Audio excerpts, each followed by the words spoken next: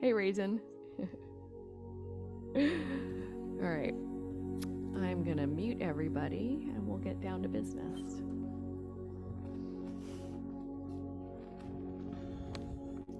All right, here we go. Continuing our journey. Today we're actually going to get into the first of the 10 yamas and niyamas, kind of one by one going through them. And we begin with Sutra 235.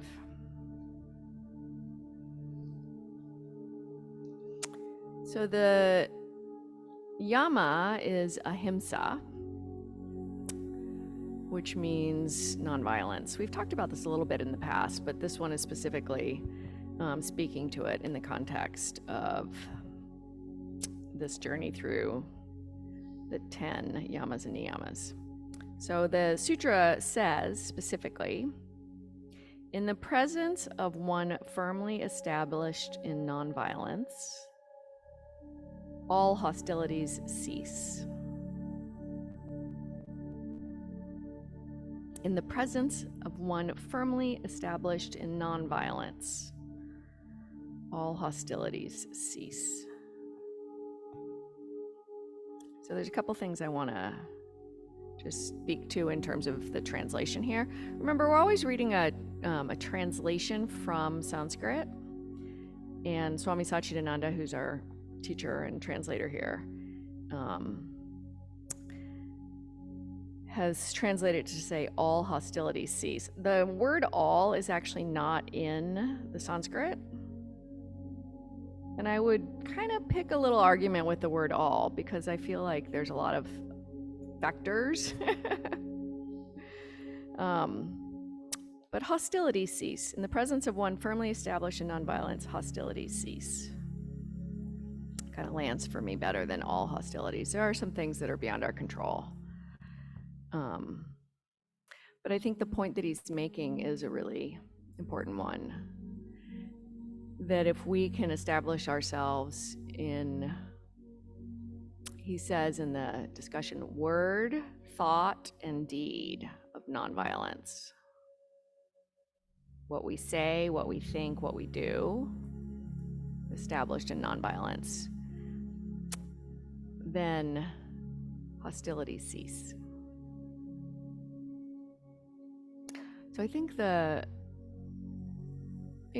obvious thing is if we're physically aggressive towards another person, violent towards another person, I mean, at least in self-defense, somebody's going to have to act back. But often hostility creates hostility in others. So even beyond self-defense, like people will get angry if you are taking violent action against them. Even in interpersonal relationships or much larger situations between communities or whatever. But what he's saying is even beyond that, words have power and words can be violent. And we've all felt that. I mean, we're all living in this world and we've all had that experience of somebody says something that harms us. And he goes even beyond that to say our thoughts, which, we like to think that people can't read our minds, but they can feel our energy. And our thoughts lead to words and actions. And so the real work of it is to start to even change our thoughts. I mean, we're taught by the outside world, that we need to behave in a certain way. We have laws for that. But really we're in charge of our own thoughts. And so I think that's where the real work of the yogi is, in starting to be a witness to our thoughts. And when we see ourselves committing acts of thought violence, we'll first bring awareness to it, right? That's our practice, just to wake up. And then the second is to start to redirect it. Like, okay, so now what?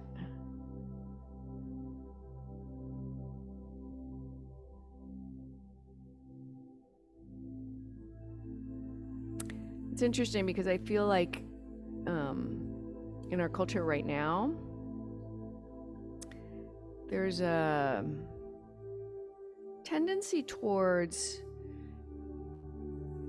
more inviting us to be with all of our feelings than to shut them down. Right? So I think in the past, sort of the way of teaching was, yeah, anger's bad, don't do it. Sadness is bad, get over it quickly. And I think our culture is waking up to the fact that just shutting things down isn't really a solution, that especially with something like anger, if we just shut it down, it's going to fester and turn into something that might manifest in the outer world. And so the question really is, how do we deal with these difficult emotions? And I think our practice is one of the ways that we can do that. If we can be willing to notice and be with what we feel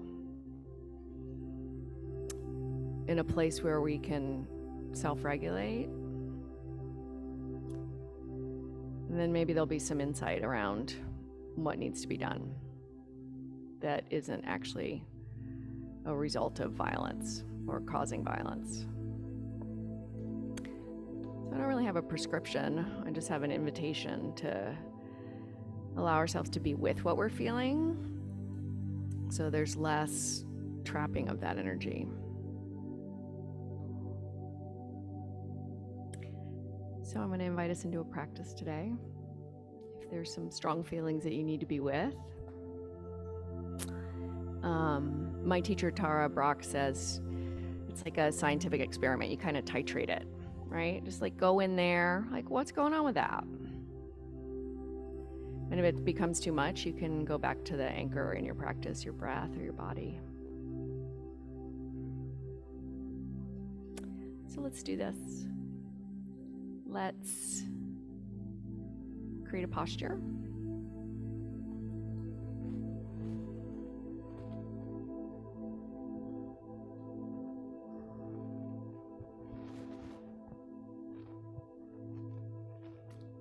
Ground into your seat and your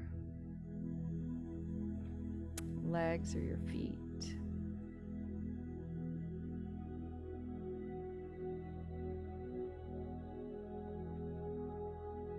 Allow your attention to come inward.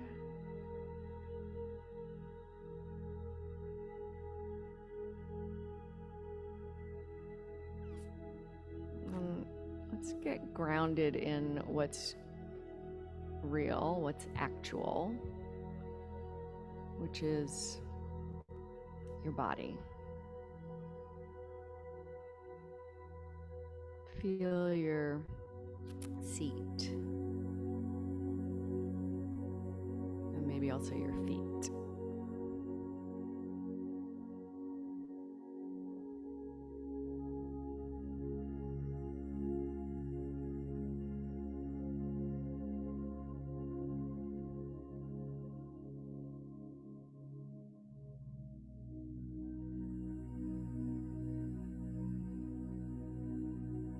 Sense into your hands. You might notice that there's tension, or maybe you're even making fists. Sometimes I find myself doing that.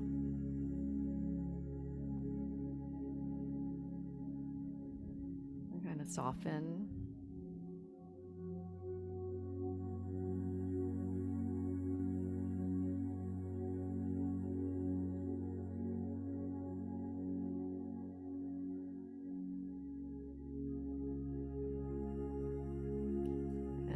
Today, bring your attention to your chest, your heart space.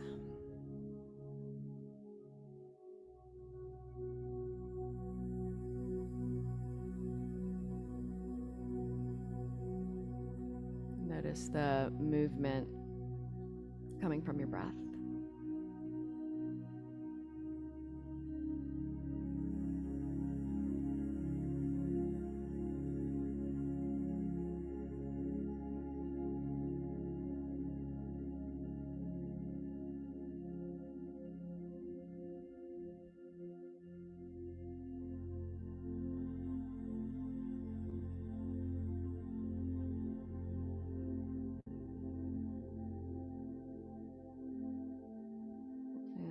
breathe into any tightness or strong sensation.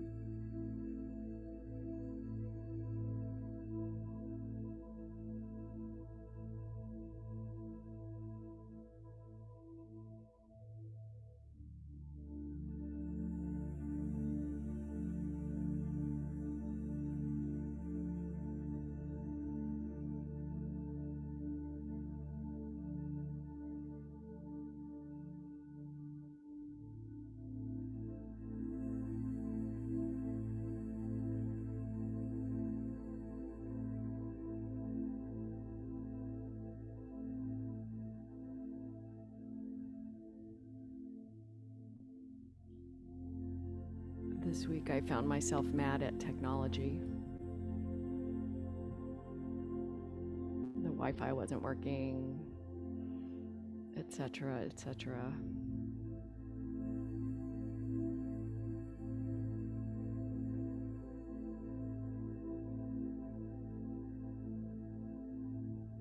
There's a reaction sometimes in our lives to things that might not seem significant, but might just be a mirror of other things. Frustration.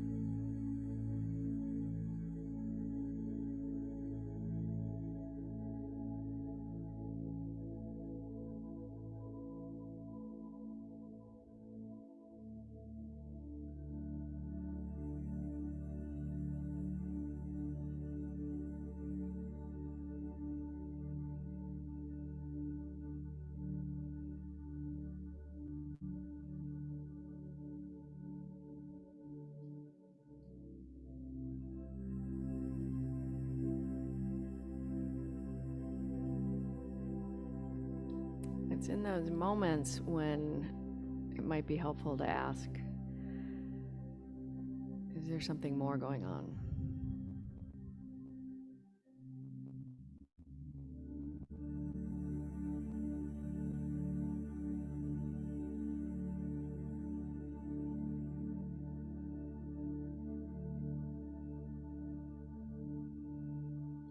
Is there something to tend to and nurture a little bit?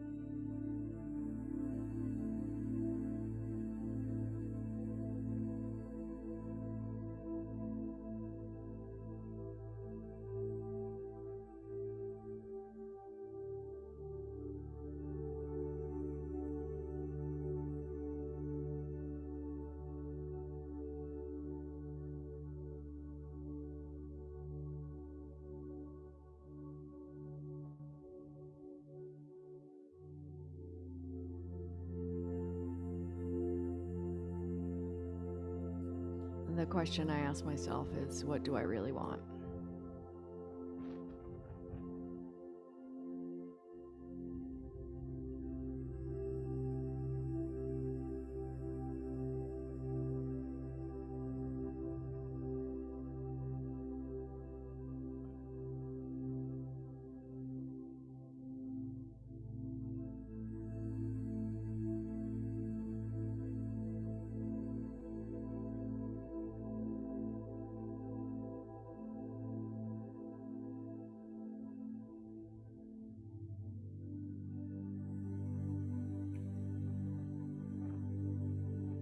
Sometimes we need help. We just need help.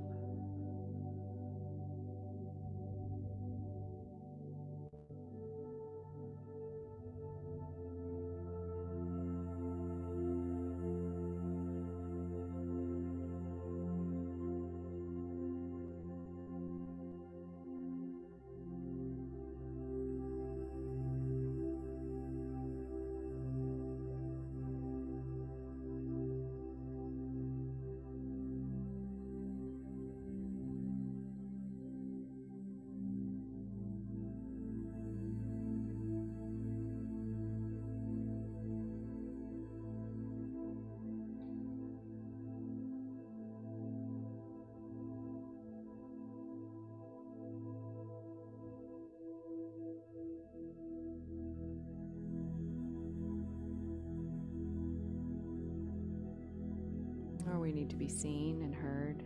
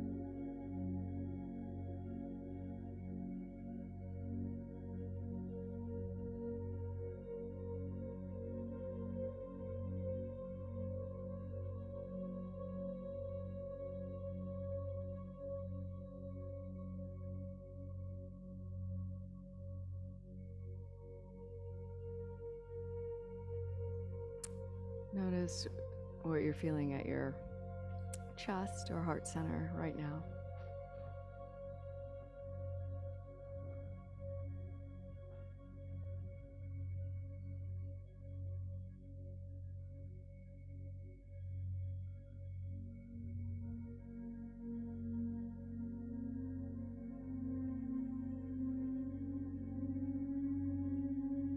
And maybe you titrate back and forth between the more intangible feelings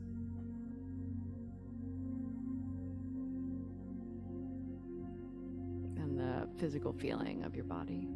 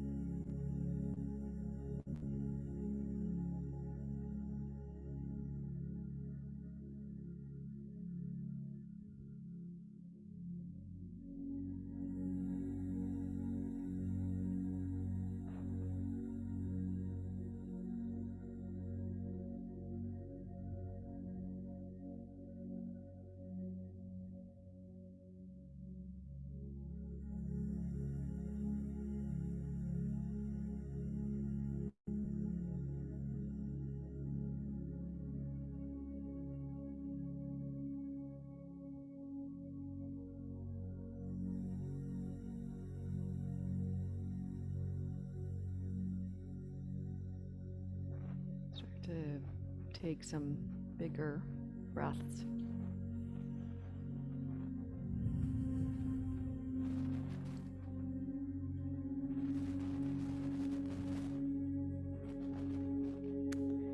When you're ready, you're welcome to open your eyes.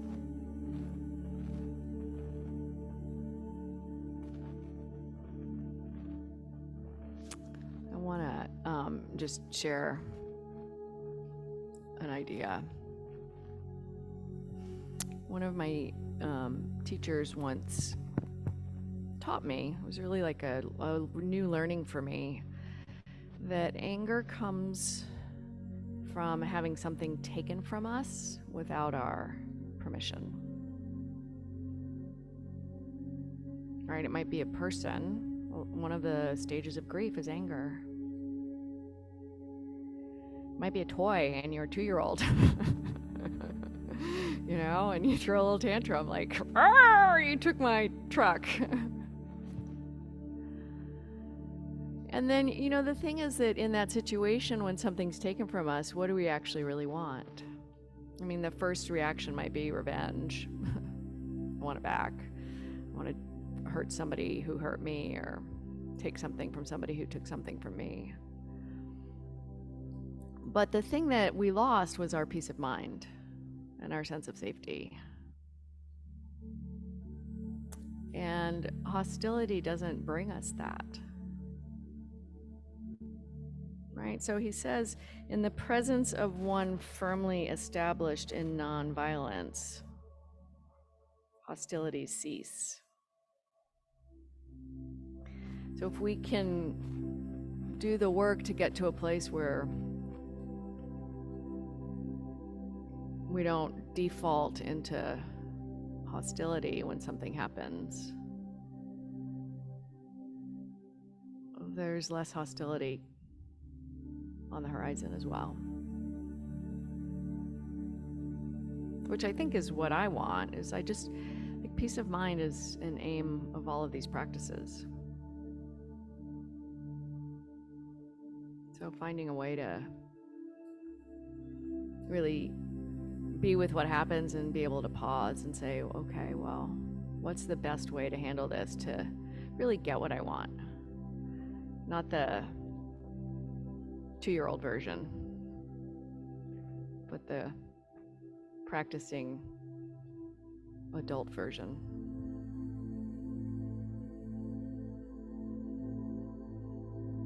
Yelling at my computer does not make the Wi-Fi work.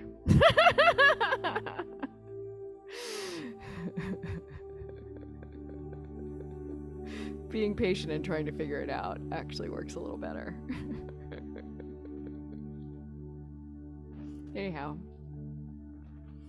anybody else have any thoughts, insights, questions?